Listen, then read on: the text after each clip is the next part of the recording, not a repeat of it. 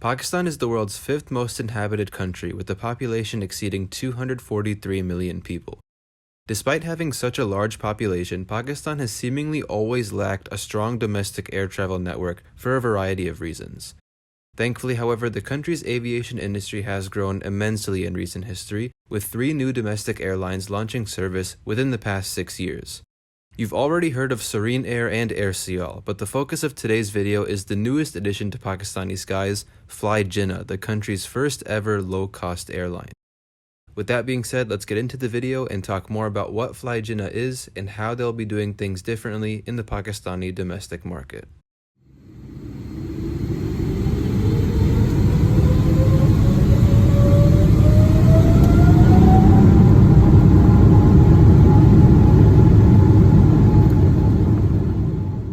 So what exactly is Fly Jinnah? The airline is a joint venture between Middle East low-cost giant Air Arabia and Pakistani conglomerate company Lakson Group. This is a pretty big deal as Air Arabia have now become the first ever foreign company to launch an airline in Pakistan.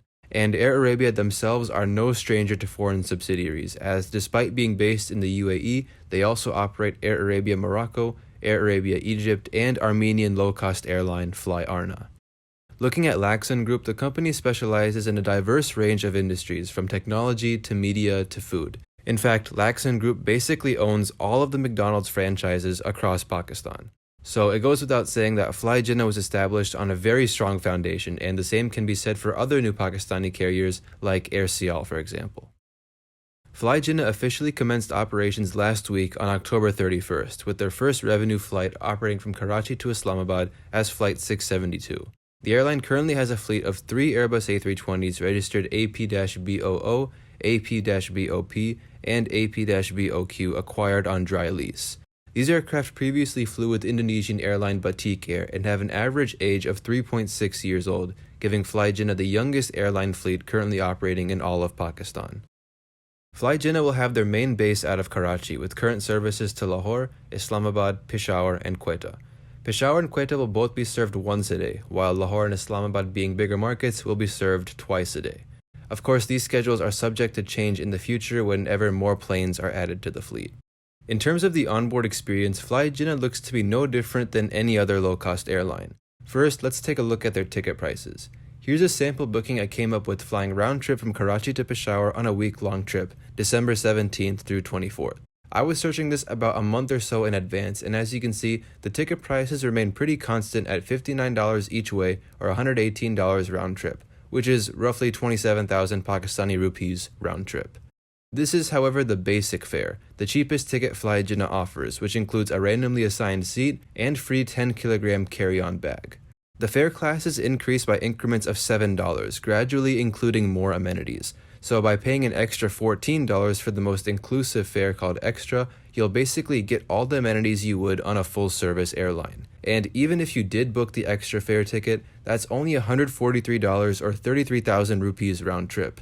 As a comparison, here's how much that same ticket would be on PIA, the full-service flag carrier of Pakistan. The cheapest offering PIA has is $156, while the standard offering is $167. Here's another series of sample bookings I did across the other Pakistani carriers for the same dates, but this time on the more lucrative market of Karachi to Islamabad. Fly Jinnah's cheapest fare here is about 29,000 Pakistani rupees or $128 round trip.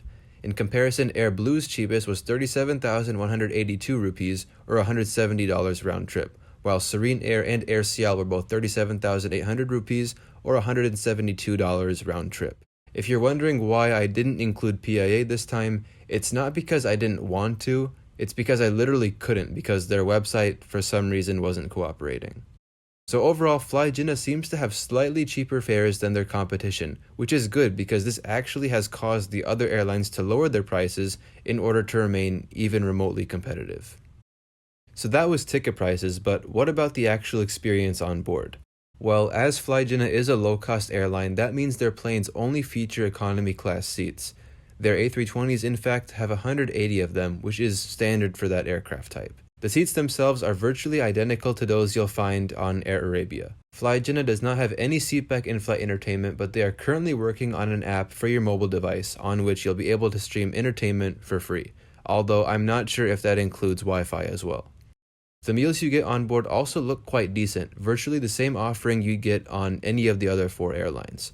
You also have the option to buy refreshments and food on board, and the selection is really quite fantastic, ranging from drinks to snacks to actual meals to desserts, and they're all very affordable as well. I should also briefly mention that even though each passenger is allowed 1 free carry-on bag up to 10 kilograms, Fly Jinnah does charge for checked bags. 23 kilogram bags will be 800 Pakistani rupees, roughly $3.65 each. 30 kilogram bags are 1200 rupees or $5.48, and 46 kilogram bags are 1500 rupees or $6.85, and these prices are per person each way. As per Pakistani aviation law, any new Pakistani airline must operate domestic services for at least 1 year before expanding to international service. Once Fly Jinnah's first year concludes, I definitely expect to see their first international route be to Sharjah in the UAE, and that's pretty obvious if you think about it because their parent company Air Arabia is based out of Sharjah. Other future international destinations I'd expect to see are the usual Middle Eastern places like Dubai, Abu Dhabi, and most likely even Jeddah in Saudi Arabia. But hopefully once Fly Jinnah gets more planes, they can expand even more domestically to cities like Islamabad, Multan, and Sialkot. It's really very exciting to see Fly Jinnah finally begin operations, as it shows just how much Pakistan's aviation industry continues to grow. With Fly Jinnah's 3 planes included, the total number of aircraft operating regular passenger service for Pakistani Airlines amounts to 57 planes. While definitely an improvement, 57 planes for a country with over 240 million people is pretty insignificant, and Pakistan still has a long way to go if it wants to make domestic air travel more accessible and affordable to the masses. With Fly Jinnah becoming reality though, it goes without saying that significant progress is definitely being made. Thank you so much for watching and sticking around till the end. I hope this video gave you a good idea of what Fly Jinnah is, and I sincerely hope you enjoyed it. Stay tuned for an upcoming video regarding IPS Airways, a rather interesting airline that aims to exclusively serve the UK-Pakistan market, and I hope to make that video by next week or so. If you have any questions, please don't hesitate to leave them below along with any other comments. Feel free to leave a like, and if you're new to the channel, please consider subscribing. With that being said, thanks again everybody, take care, and I'll see you next time.